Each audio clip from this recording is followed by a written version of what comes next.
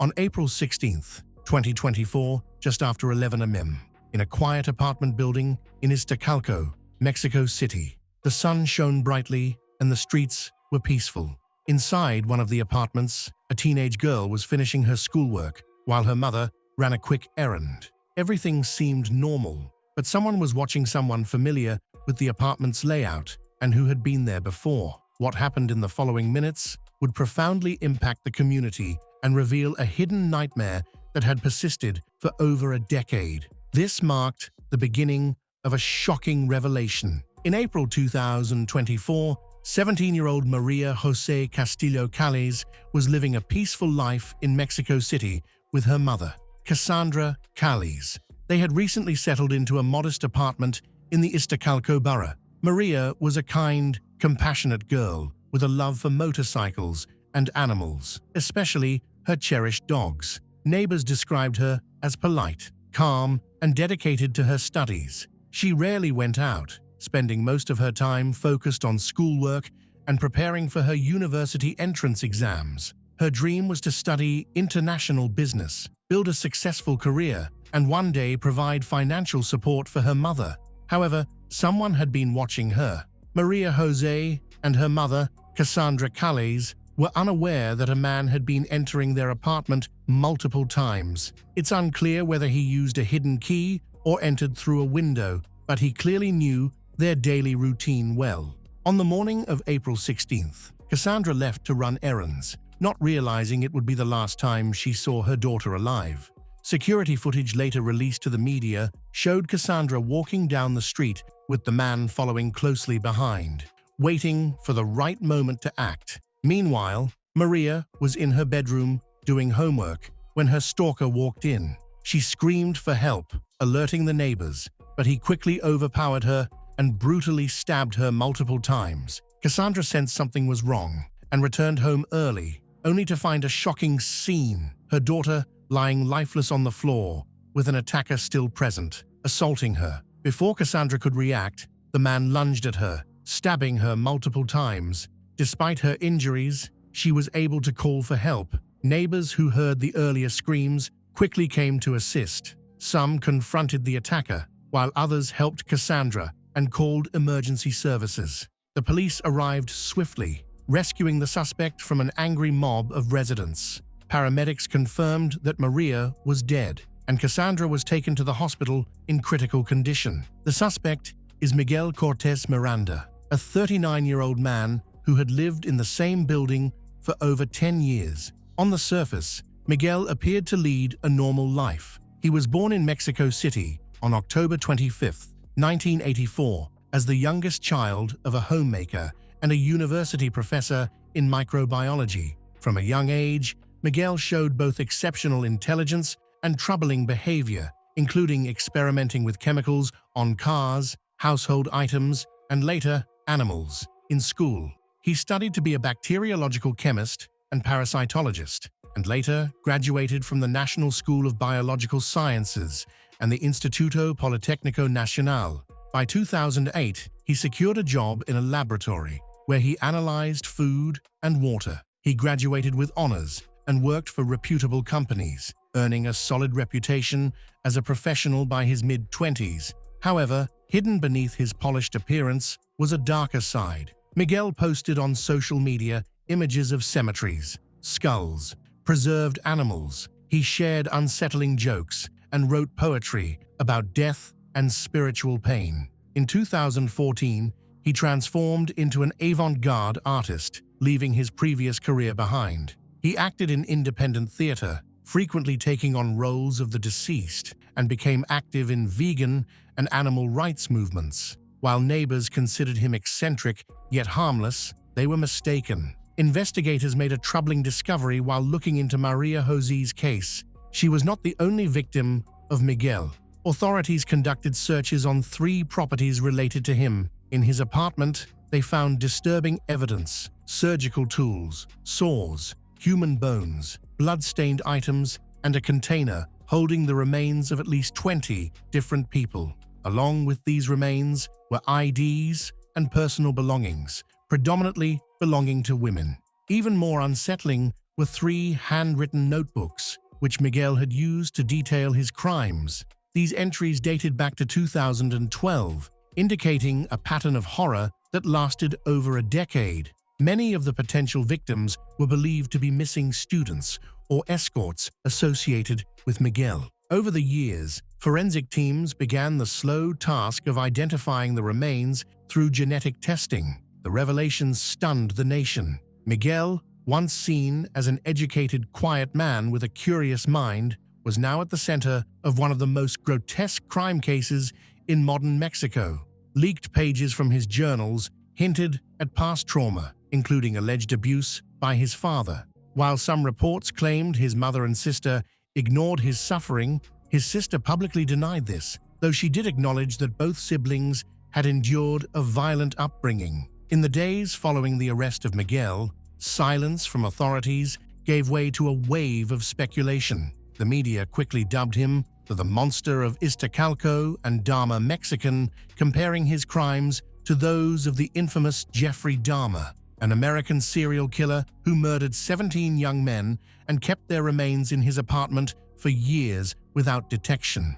Local officials referred to him simply as the feminicidal killer. As journalists began to investigate further, unsettling details about Miguel's online presence surfaced on social media. He had long been posting disturbing poetry, some of which, in hindsight, appeared to describe his crimes in abstract artistic language. Hidden behind a facade of intellectualism and eccentricity, Miguel had managed to avoid suspicion for over a decade.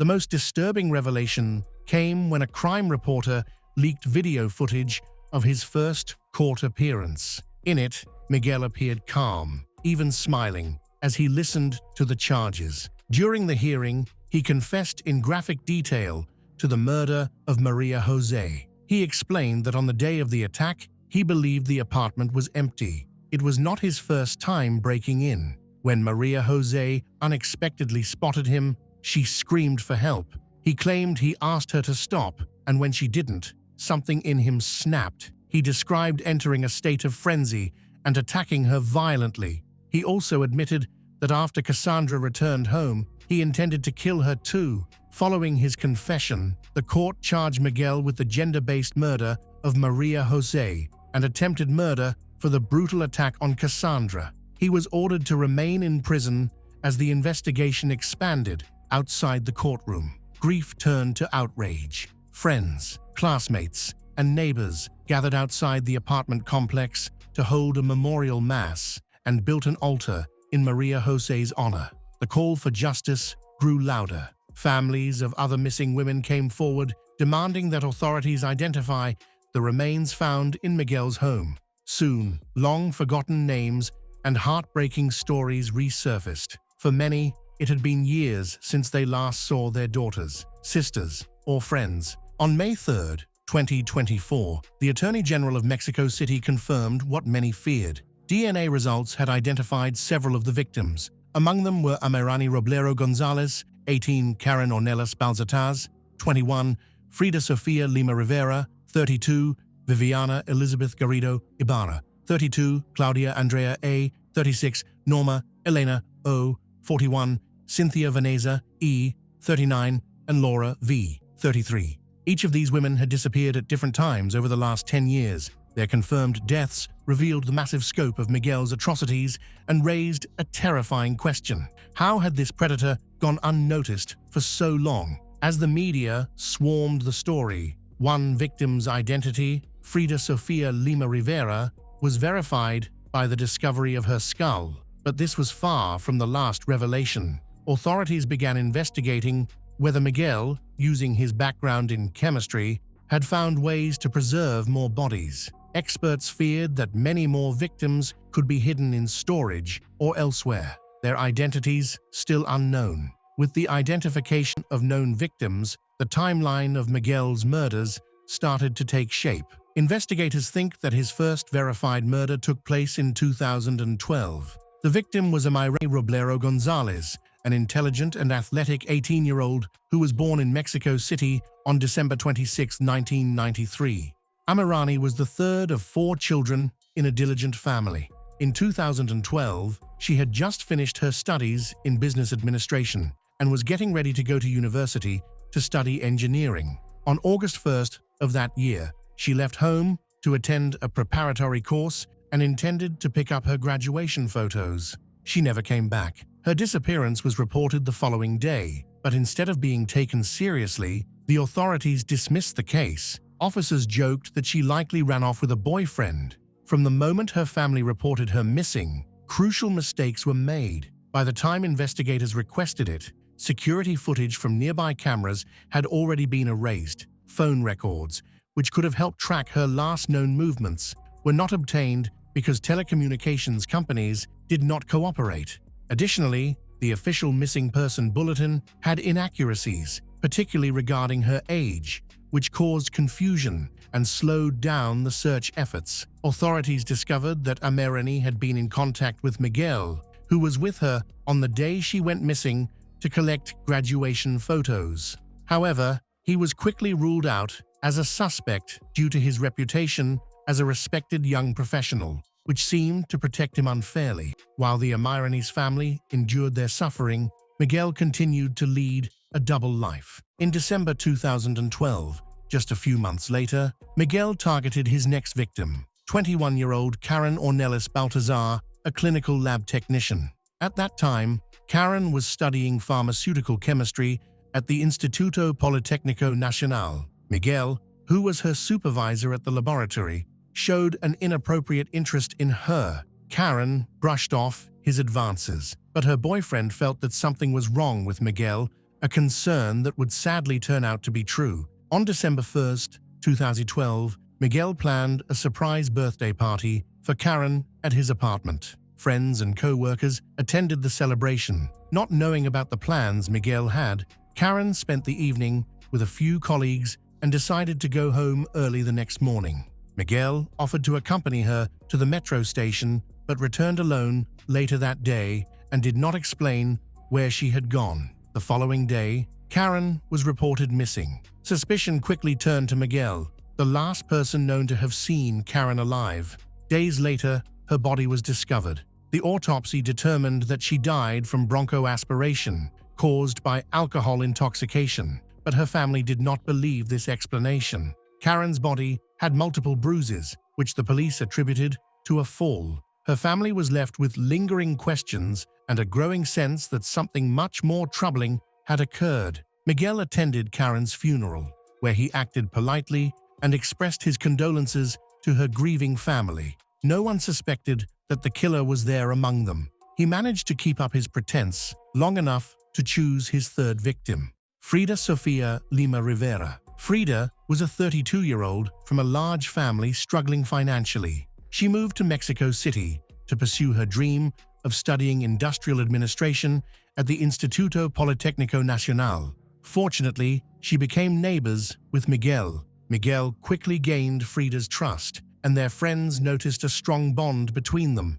leading some to speculate about a potential romance. However, Frida viewed Miguel as a mentor who was helping her navigate the challenges of city life and academic pressures. In early 2013, Miguel's behavior changed dramatically. He quit his job at the lab, stopped posting emotional updates on social media, and began focusing on new interests. He adopted a vegan lifestyle, became involved in animal rights activism, and distanced himself from his former friends. By February 2014, after returning from a solitary trip in the mountains, Miguel appeared revitalized and focused, though investigators would later uncover that he was preparing for something much darker. In December 2014, Frida disappeared. Her last known online activity was on December 7th. Due to her family's remote location in Moros, with limited communication, they didn't realize she was missing until February 2015. Frida's sister and their mother went to Mexico City to report her missing. Unfortunately, the authorities were dismissive, suggesting that Frida might have run away with a boyfriend. With no help from the police, her family attempted to search for her on their own, but after several months without any progress and running out of resources, they had to go back home. Miguel, who was the main suspect, pretended to offer support and sympathy while remaining under suspicion. The police did nothing with the only significant clue, phone records showing that Miguel had called Frida's phone number. As time went on, each visit from Frida's family to the police resulted in silence and empty promises, while Miguel continued his life without any interruptions. In September 2018, he began working at a quality control lab, where he met his fourth known victim, Viviana Elizabeth Garrido Ibarra. Viviana was a 32-year-old biochemical engineer and a mother to a 9-year-old girl. She admired Miguel's professionalism, and they developed a connection. However, less than 3 months later, she disappeared. On November 30th, 2018, Viviana said goodbye to a co-worker after finishing her shift and headed to the metro, but she never returned home. Her disappearance prompted serious police investigations, and several of her co-workers, including Miguel, were questioned. Yet, like in earlier cases, he managed to avoid suspicion. Despite his connection to multiple missing women, he remained undetected. This raised a troubling question. Was it due to police incompetence, or had Miguel become an expert at deception? In 2019, a year later, Miguel switched jobs once more and started working at a well-known private hospital's lab. It was there that he reconnected with Claudia Andrea A., a former colleague who would later become his fifth victim. Their professional relationship soon turned romantic, and Claudia frequently shared their happy moments on social media, smiling for the camera, unaware of the horrific fate that lay ahead for her. On December 27, 2019, Claudia disappeared on her 36th birthday after making plans for a celebration with Miguel. Concerned when they hadn't heard from her, her brother and their mother went to her apartment. They found the door unlocked, towels stuffed under the frame, and discovered Claudia's decomposing body in her bed. The initial forensic report indicated she died from respiratory failure, but her family had doubts. The messy state of the apartment, the makeshift measures to cover up the smell, and Claudia's relationship with Miguel raised significant questions. Despite their concerns, the police decided not to investigate further and closed the case. On December 31st, Claudia was buried, but shortly after, suspicious transactions appeared on her bank account between January 1st and 2nd, 2020. Additionally, several of her personal items, including her ID and phone, went missing. This situation led her family to request that the investigation be reopened.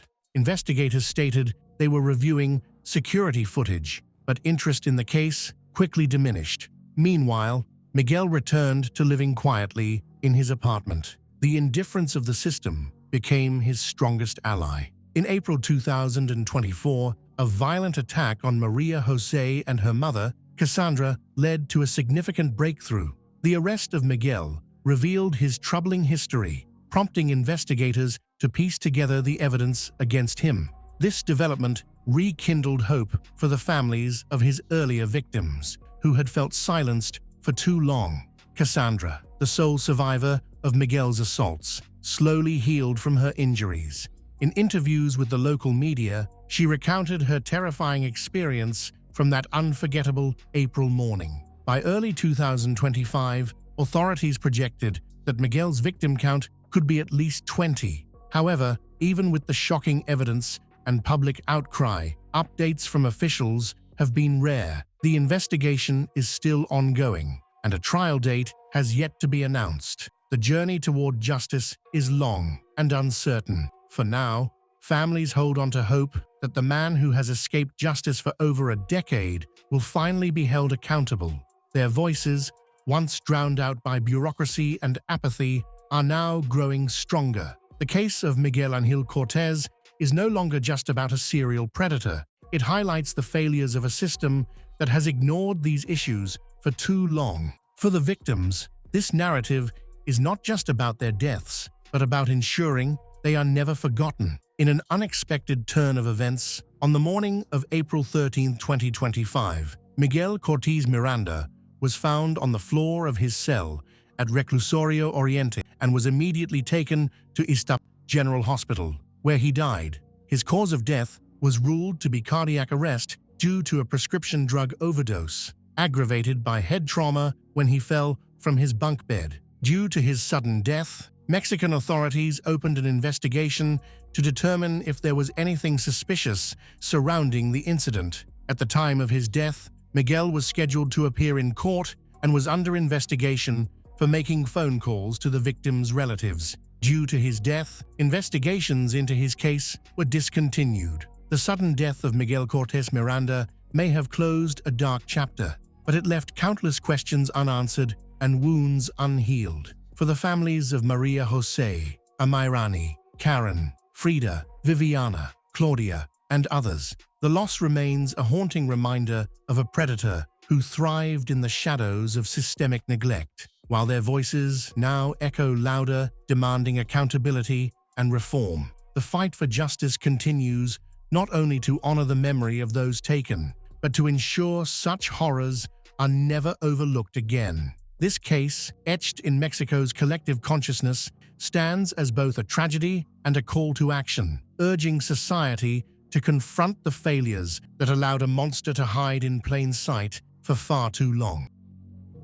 What keeps a marriage together when love, trust, and respect are absent? Some people attempt to maintain the family for the sake of their children, while others worry about what others might think. Additionally, some may feel restrained by their religious beliefs, or a combination of these factors. However, the intense desire to save a marriage at any cost can sometimes lead to devastating outcomes. The story of Jacqueline and Paul Krimble is not one of a kind, but it gained a lot of attention because of its brutal nature, greed, and lack of morals. The perpetrator was called the Black Widow and was imprisoned. However, in a revealing interview, her daughter admitted that Jacqueline showed her cruelty even while in prison. Jacqueline, known as Jackie, was born in 1974 in County Armagh, Northern Ireland. She was the youngest of two children in a typical middle-class family. Since childhood, Jacqueline displayed erratic, spoiled,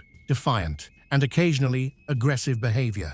As a teenager, her actions became increasingly unmanageable, but her family attributed this to typical adolescent issues, believing she would eventually outgrow it. In high school, Jacqueline met Paul Krimble, who was 3 years older than her and very different in personality. Despite their differences, they were drawn to each other, a classic example of opposites attracting. Paul was humble and shy. Coming from a religious background, he was a good student, recognized for his talents. Jacqueline's boldness, confidence captivated him. She was the first girl he had serious feelings for, and likely the only one. Jacqueline's parents were supportive of her relationship with Paul, believing he would help her become more calm and sensible. It often felt like they treated Paul better than Jacqueline, welcoming him into the family from the very first meeting. In contrast, Paul's parents were cautious about his choice, but they allowed the relationship to continue.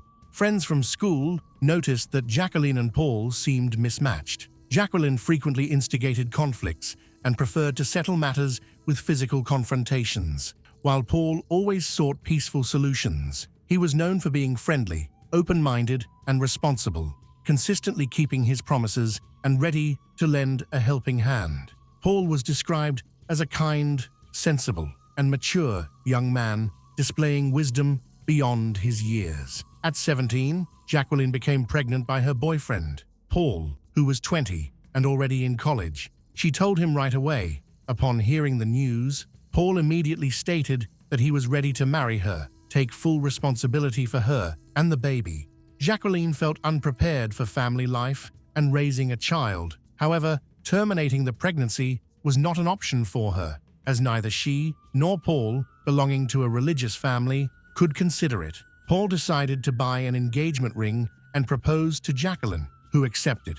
They had a simple wedding in 1992, celebrating with their closest family and friends. A few days before the event, Paul shared with his best friend that he and Jacqueline were fundamentally different in many ways. He had doubts about how genuine her feelings were and even felt afraid of her temper. Paul also questioned whether his feelings for her were true love or simply sympathy and obligation. Since he had never been in a relationship with anyone else, he had no basis for comparison. His friend listened carefully and cautioned Paul against going through with the marriage, suggesting it could be the biggest mistake of his life. and might lead to lifelong unhappiness. Despite this advice, Paul was resolute. He felt he couldn't abandon Jacqueline, who was expecting their child. He believed that becoming a mother would positively change Jacqueline, making her more gentle and calm. Paul hoped for a positive future, but he was unaware of how mistaken he was.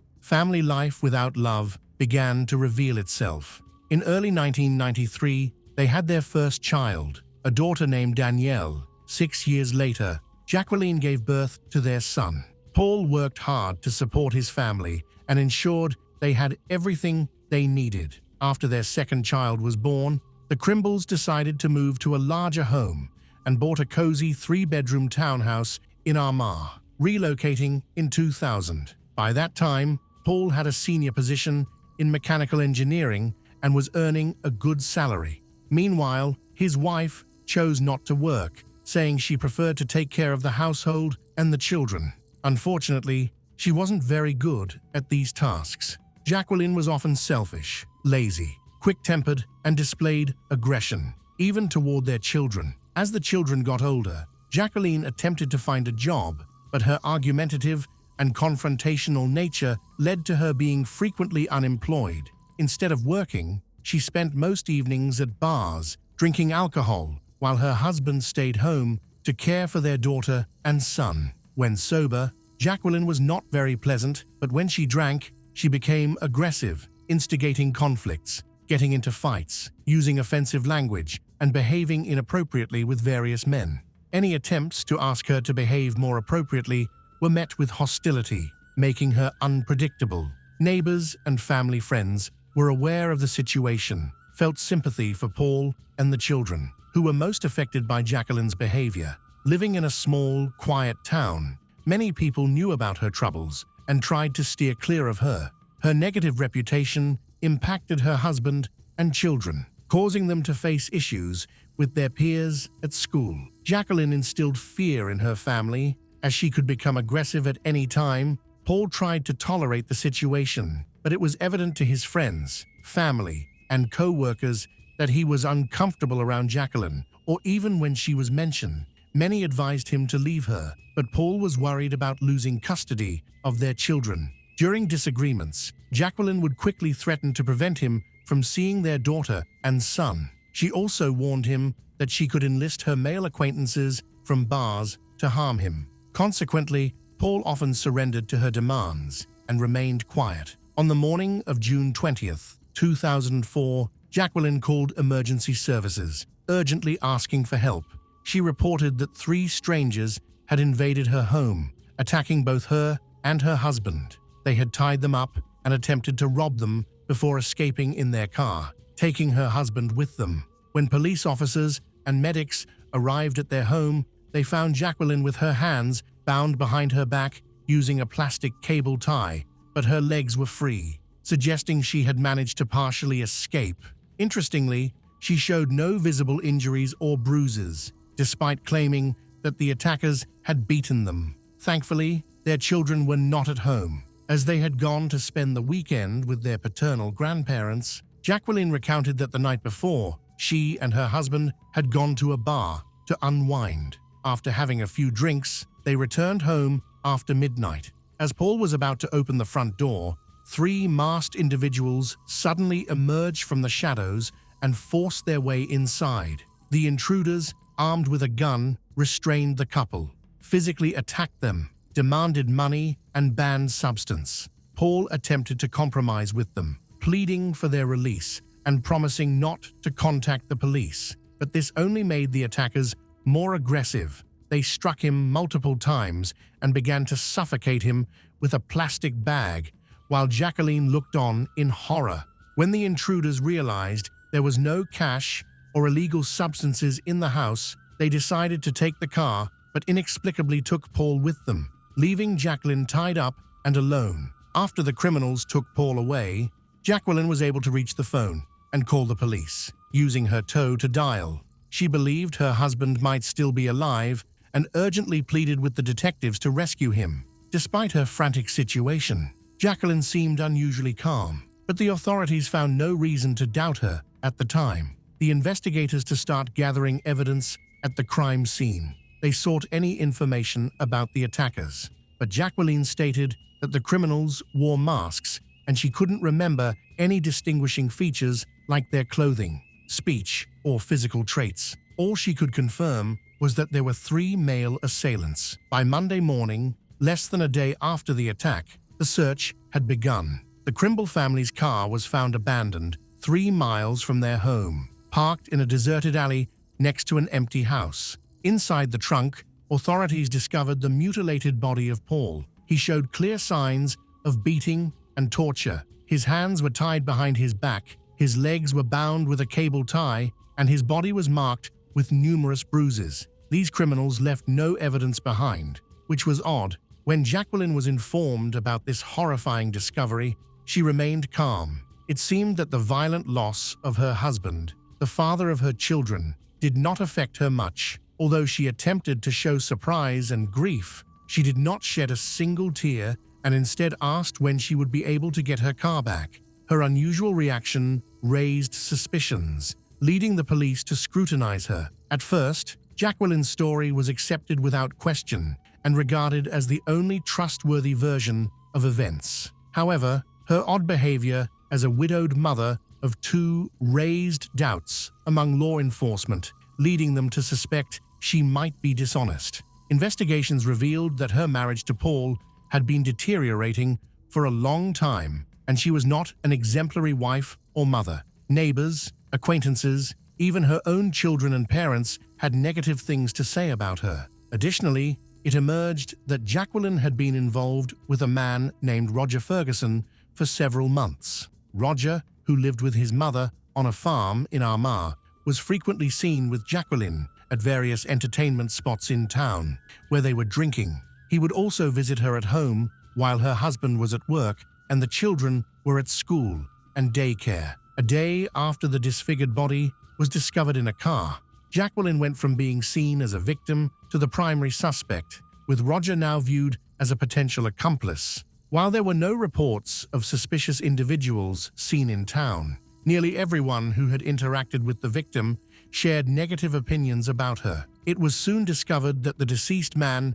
had an insurance policy worth £300,000 British pound, which would go to his wife upon his death. This created a potential motive for the investigation. Before, Jacqueline stated that she was able to call for help by using her toe on a button phone. However, during the first inspection of the crime scene, investigators observed that the phone was on the coffee table face down, while her hands were tied behind her back. This made it impossible for her to have flipped the phone over after making the call or to have dialed for help if it had been in that position from the beginning. Their computer search history showed unusual inquiries. Someone had been searching for information about life insurance payouts and procedures related to the death of a policyholder for several months. When Jacqueline was questioned about this, she insisted she had no knowledge of it and suggested that Paul might be interested. Roger, suspected of being an accomplice in the crime, had a strong alibi.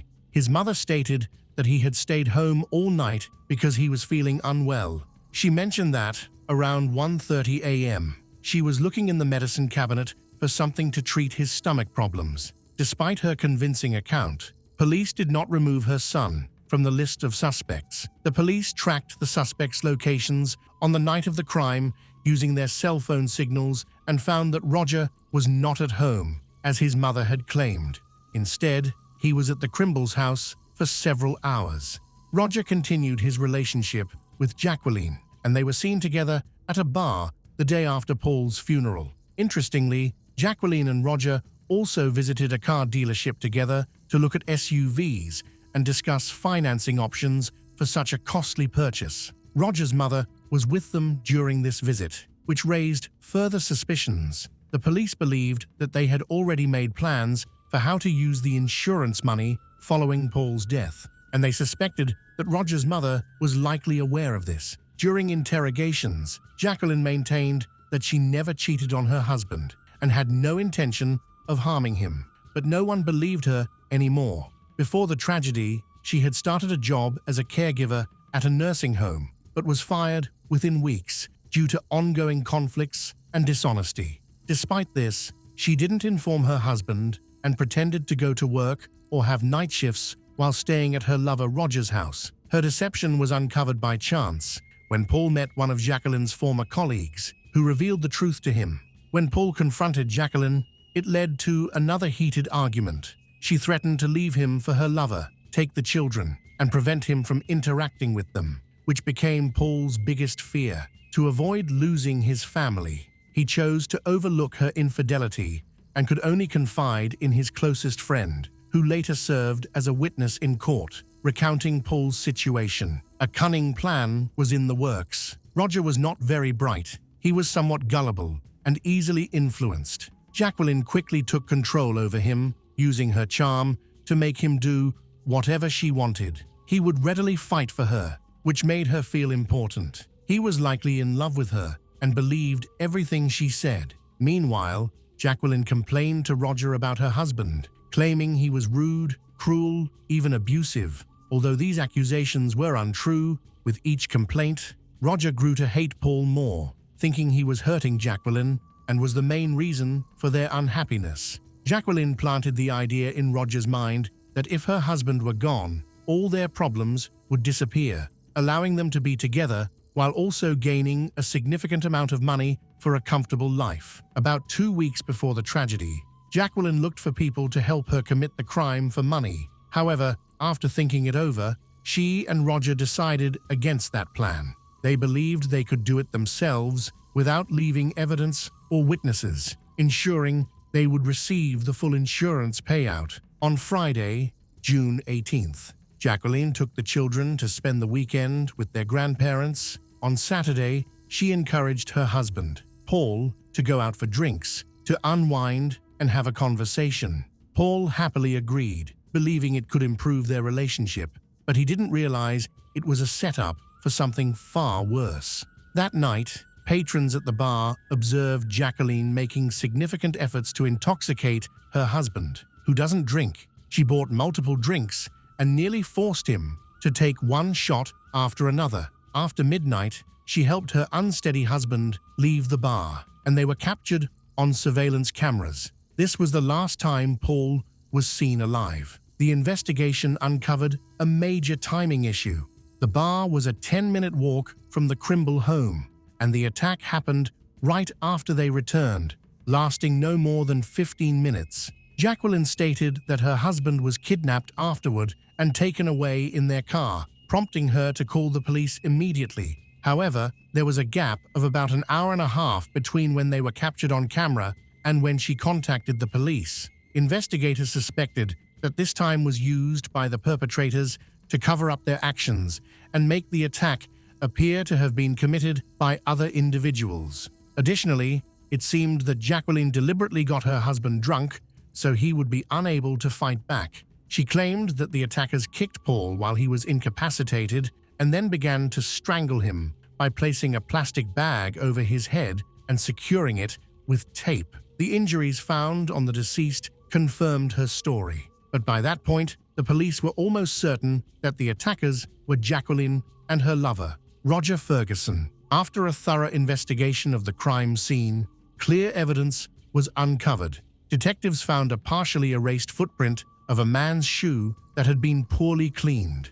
The tread pattern matched Roger's shoes, but this alone is considered circumstantial evidence. More concrete evidence against the criminal couple emerged as well. In the kitchen trash, detectives discovered a cigarette butt with Roger's saliva on it, and a partial fingerprint from him was located on the cable tie that bound Jacqueline's hands. Additionally, Roger's fingerprints were found on the ties that bound the victim's hands and feet. The bag used to suffocate the victim contained sweat and oil traces from both of the suspects. The investigation revealed another person involved in this violent crime, Colin Robinson, 17, a minor acquaintance of Roger. On the night of the attack, Roger called Colin to ask for an unspecified favor. Following Roger's instructions, Colin parked his car at the end of the street and walked to the house to avoid drawing attention. However, when Colin realized the situation, he wanted to escape, but Roger threatened him with a knife and coerced him into helping move the body into the car's trunk.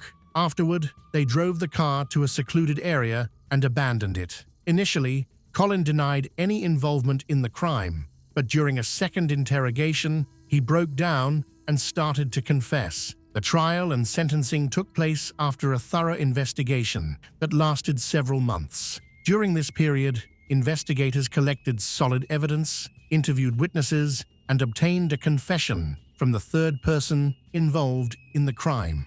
However, the trial only started in spring 2007, nearly 3 years after Paul Crimble was killed. On May 7, 2007, Jacqueline Crimble and Roger Ferguson were convicted of premeditated murder with the intent of collecting insurance money. Jacqueline received a 20-year prison sentence, while Roger, her lover and accomplice, was sentenced to 18 years. Colin Robinson, the young accomplice, received a 3-year sentence for aiding the criminals and trying to conceal the criminal. Additionally, Roger's elderly mother was also held accountable for perjury and giving a false alibi for her son. Given her old age and serious health issues, she was sentenced to only 1 year of probation. Jacqueline sought revenge on her own children. Even while in prison, she felt bitterness towards her family for not supporting her during her trial and for their relief at her imprisonment. Her own mother even stated that people like Jacqueline should be kept away from society to prevent them from causing harm. Strikingly, just days after her husband's funeral, Jacqueline destroyed all of his belongings and photographs, wanting nothing to remind her of him. However, Danielle managed to save a few pictures of her father, hiding them in her bedside table without her mother's knowledge. The £300,000 insurance payout, for which Paul was murdered, went to his children. The children lost both of their parents in an instant, but their difficulties continued. Their mother was fiercely opposed to allowing either her parents or the parents of her deceased husband to take care of them. She fought hard to deny them guardianship rights, which led to the children entering foster care, even though they had living grandparents. At the time of the tragedy, Danielle was just 11 years old, and her brother was only 5.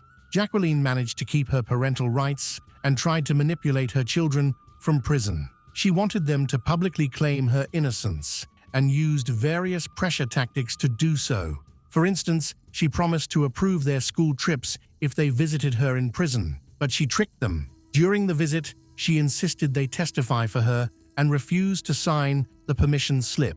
As a result, they were the only ones in their class who couldn't go on weekend trips. Danielle is now living in Basingstoke, working at a daycare and in a relationship with Simon Bryce, an engineer, her brother, who has a solid education and has relocated to London. The harrowing tale of Jacqueline and Paul Crimble underscores the devastating consequences of a marriage sustained by obligation rather than love, trust, or respect. Jacqueline's calculated murder of her husband, driven by greed for a £300,000 insurance payout and executed with chilling ruthlessness alongside her lover, Roger Ferguson, not only claimed Paul's life, but also irreparably fractured their family. The children, Danielle, and her younger brother were left to grapple with the loss of their devoted father and the betrayal of a mother whose cruelty persisted even from behind bars. Despite inheriting the insurance money,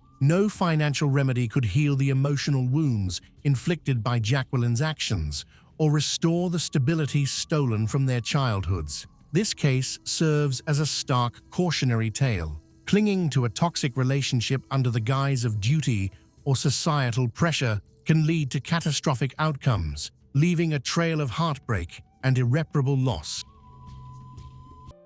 It was a calm night in the semi-rural Melbourne suburb of Mornington. A small family was getting ready for bed. A pregnant mother was sleeping upstairs, her little girl was tucked in her bed, and the father was quietly moving around the house. Everything seemed normal, no loud arguments, no signs of trouble. By the next morning, things were seriously wrong. What really took place that night? John Miles Sharp was born on February 28, 1967, in the small coastal town of Mornington, Victoria. He was the middle child in a large family with 6 siblings. Unlike his siblings, John was quite different. He was withdrawn, quiet, and struggled with extreme shyness. From a young age, he found social situations overwhelming, which often left him feeling drained. While his brothers and sisters easily made friends and played with others, John stayed on the sidelines, dealing with anxiety and feeling out of place. His closest relationships were with his parents, as he found the outside world to be unfriendly and unwelcoming. School was not a refuge for him. He had a few classmates he talked to, but no genuine friendships and no one to share his thoughts with. Nonetheless, he persevered and graduated. By the 1990s, he found a job at the Commonwealth Bank, and that's when everything started to change. Anna Kemp entered John's life like a ray of sunshine. She was cheerful, outgoing, and full of energy, a confident, intelligent woman from New Zealand. At 27, John was younger than Anna, who was 31. Despite their differences, they were drawn to each other. Anna's warmth complemented John's quiet steadiness. Working together every day allowed them to grow closer, and soon they fell in love. After a year of dating, they officially became a couple and married in October 1994. Although Anna was far from her family in New Zealand, she maintained a strong connection with them, especially her mother. They often spoke on the phone, sharing love, encouragement, and updates about her new life in Australia. Anna came from a deeply religious background, and her faith was a strong foundation for her life. For her, marriage was not just a legal contract, but a sacred commitment. After the ceremony, once they settled in and the honeymoon phase passed, Anna began to notice something she hadn't recognized before. John had changed. He became quieter, colder, and emotionally distant. She later shared with friends and family that it felt like something vital had been turned off. The relationship suddenly felt empty, lacking passion. Although John would have outbursts of anger, Anna remained committed because she believed in their vows, in making an effort, and in the importance of giving it time. In August 2002, Anna experienced immense joy with the birth of her daughter, Gracie. Becoming a mother was one of the happiest moments of her life. However, shortly after Gracie was born, doctors diagnosed her with hip dysplasia, which meant she needed to wear a corrective orthopedic brace for the first 3 months. This made for a difficult start. Anna spent sleepless nights caring for Gracie and adjusting to her new role as a mother. In contrast, John struggled to connect with their daughter. From the beginning, he was distant, showing no warmth or affection. Multiple sources indicated that he felt resentment towards Gracie, even going so far as to call her a harsh name that revealed a troubling lack of empathy. Her cries frustrated him, and her needs interrupted his life. The marriage was falling apart. Anna shared with her family that there was constant tension in the house. Communication was minimal, and even minor decisions turned into arguments. She wondered if their difficulties were due to lack of sleep or if they were simply going through a tough time. Anna hoped that as Gracie got older, things would improve. Unfortunately, the situation only grew more unstable. Shortly after Gracie was born, John made a significant choice. He quit his job at the bank. He began working from home as a conveyancer, handling the legal paperwork for real estate transactions. This change provided him with flexibility and independence. He operated his business from a small office in their home, becoming even more isolated than before, as he was already a withdrawn person. As time passed, Anna noticed that John's choice wasn't driven by ambition, but rather by a desire to escape. He was struggling with the pressures of his job, the extended hours, relentless demands, and interactions with others. John found this environment overwhelming, as he was not naturally social. Dealing with clients, leading a team, and navigating a busy workplace exhausted him more than he admitted. Now, he was trying to avoid it all. In September 2003, a significant change occurred for the family. John and Anna purchased a new house. This house was bigger and located just a few streets from John's childhood home, where his parents still resided. While it seemed like the start of a new chapter, the atmosphere inside felt different. Instead of laughter, the walls of their new home were filled with silence. The tension between John and Anna was not only present, it was intensifying. In November, Anna discovered she was pregnant again. this time with a boy. She was excited and shared the news with a close friend. Their little girl, Gracie, would soon have a sibling. However, John's reaction crushed that dream. He didn't smile, hug her, or show any joy. Instead, he questioned whether the baby was really his. Anna later shared with her loved ones that John harbored resentment. Instead of celebrating the news of the second pregnancy, he reacted with cold irritation. He wasn't simply indifferent, he was deeply troubled. To him, the pregnancy felt like an added burden rather than a blessing.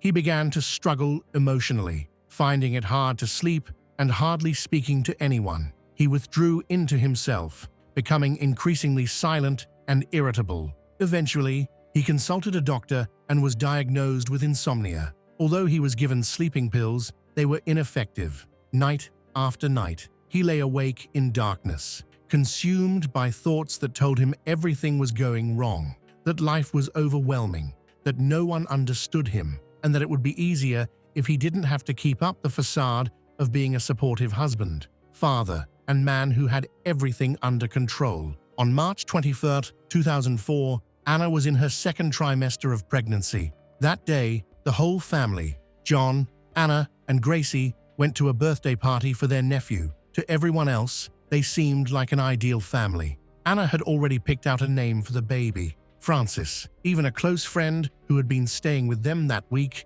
noticed nothing out of the ordinary. They looked like any typical family. The next morning, Anna dropped Gracie off at nursery school as usual. Later that day, she called a friend, and they arranged to meet in a few days. The day after that, she reached out to her private health insurer to add her unborn child to her policy. 2 days later, on March 23rd, an argument occurred. The specifics of the conversation are unclear, but it was serious. That night, after the argument, they went to bed around 9 to 10 p.m. Anna was likely asleep when John got up, walked downstairs to the garage, and retrieved a spear gun. He then returned to the bedroom and shot his pregnant wife in the left temple. When she did not die immediately, he shot her again. Afterward, he covered her bloodied body with a blanket and went downstairs to sleep on the couch. The entire incident took only a few minutes. The next morning, John got up, dressed Gracie, and took her to nursery as if everything was normal. He started to fabricate a story, claiming that Anna had left him for another man and that she intended to come back in a few days to pick up Gracie. However, Anna's family didn't believe him. They tried to reach her through calls and messages, but received no response. This silence was incredibly frustrating for her mother, as Anna had always been in touch, even when she traveled abroad. Now, there was only silence. Worried and increasingly frantic, Anna's mother reached out to her local parish priest in New Zealand, who had known the family for many years. She explained that she hadn't heard from Anna since Monday, despite sending messages that had gone unread. The priest noticed her distress and recognized that Anna's silence meant something was wrong. He decided to take action and contacted the police in New Zealand. As a parish priest and a respected member of the community, his worries were treated with utmost seriousness. Soon, investigators would start uncovering the truth behind John's elaborate deception, revealing a situation much more troubling than anyone could have expected. Initially, authorities did not regard the situation as a criminal case. They believed that Anna might just need some time alone, possibly to avoid difficult conversations or feelings of embarrassment. However, as days passed, her silence became increasingly concerning. The New Zealand police decided to take the situation more seriously and transferred the case to Australian officials. Officers in Victoria were then asked to conduct a welfare check at Anna's home in Mornington. Anna had a meeting planned with a close friend on March 26th, with the time and location already confirmed. However, before the meeting could take place, an unusual event unfolded.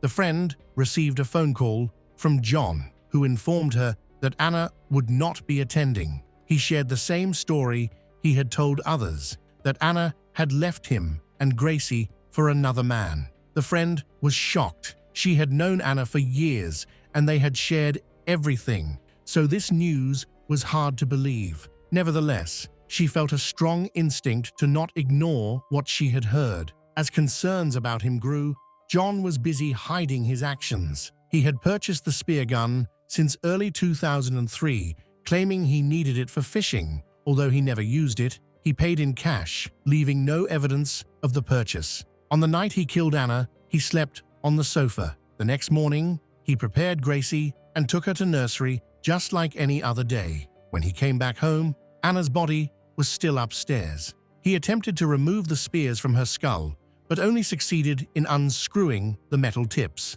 The blades remained embedded. He then dragged her body to the backyard and buried it in a shallow grave. Life continued as usual, at least outwardly. By Saturday, 4 days after Anna's death, John was still acting as though everything was normal. He followed his usual schedule, dropping Gracie off at nursery, picking her up, making her dinner, and putting her to bed. However, that evening, once she was asleep, a darker side of him emerged. He started drinking. John was preparing to commit another terrible act. This time, it was against his own daughter. When he felt ready, he took a spear gun from the garage and shot his daughter in the head, penetrating her skull. As the child was injured and screaming, John retrieved the 2 spear shafts he had earlier removed from his wife's head and returned to the bedroom. He shot both spears into Gracie's head, but she was still alive, so he removed 1 spear and shot again, finally killing her.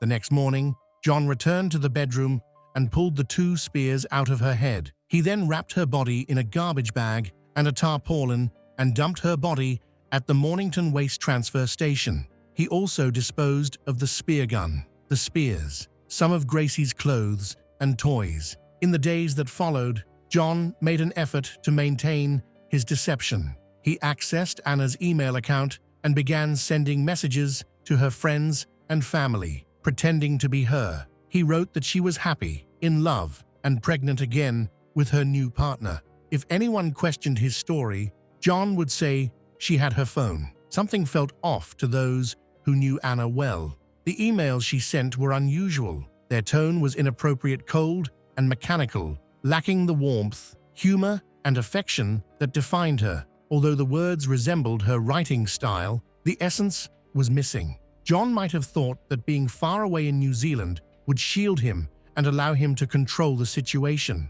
Then, unexpectedly, the doorbell rang. Police officers from Victoria stood at his door. John appeared surprised, but remained composed. He recited a well-prepared account of events. He said Anna had left on March 23rd, returned a week later to pick up Gracie, and that he had only seen her a few times since. He claimed they had discussed separation, the baby, and their futures. He insisted that Anna no longer loved him and that the baby wasn't his. He tried to project an image of a hurt man, betrayed and abandoned. He wanted others to see him as the victim, but deep down, he sensed the instability beneath him. That same day, after the police had visited, John went to a hardware store. He bought duct tape, 2 tarpaulins, and a chainsaw. Once home, he dug up Anna's body from the shallow grave in the backyard and dismembered her. He wrapped the body parts in tarpaulin and duct tape, then drove them to the dump to dispose of them.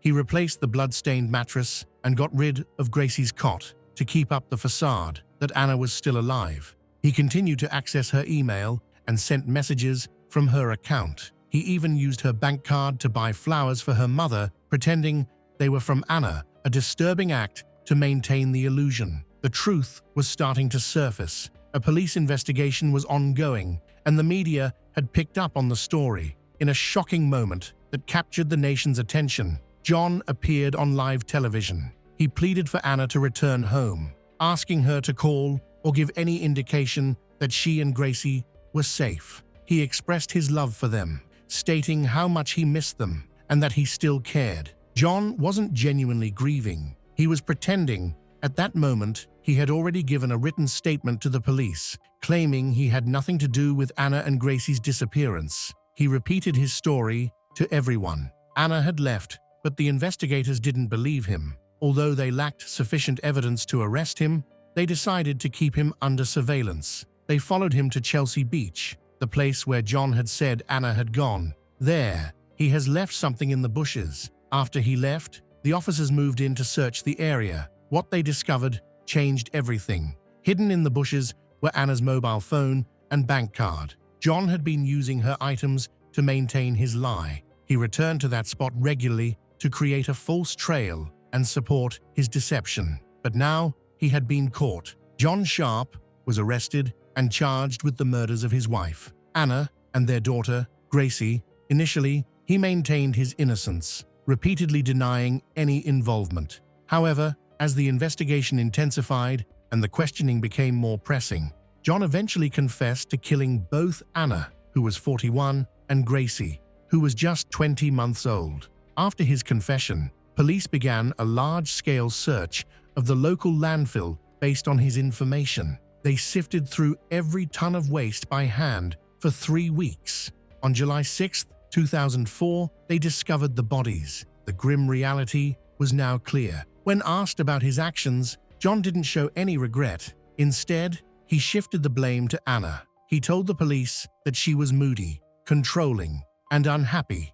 John claimed that Anna prevented him from seeing his family as often as he wished and insisted that their marriage was already over. He thought he could raise Gracie alone, but later confessed he was scared of being a single father and felt overwhelmed by her crying. He also admitted that he had never really bonded with her. During the trial, a forensic psychiatrist described John as socially awkward and deeply withdrawn, unable to face his own problems. Experts believed he saw his home life as a prison from which he couldn't escape.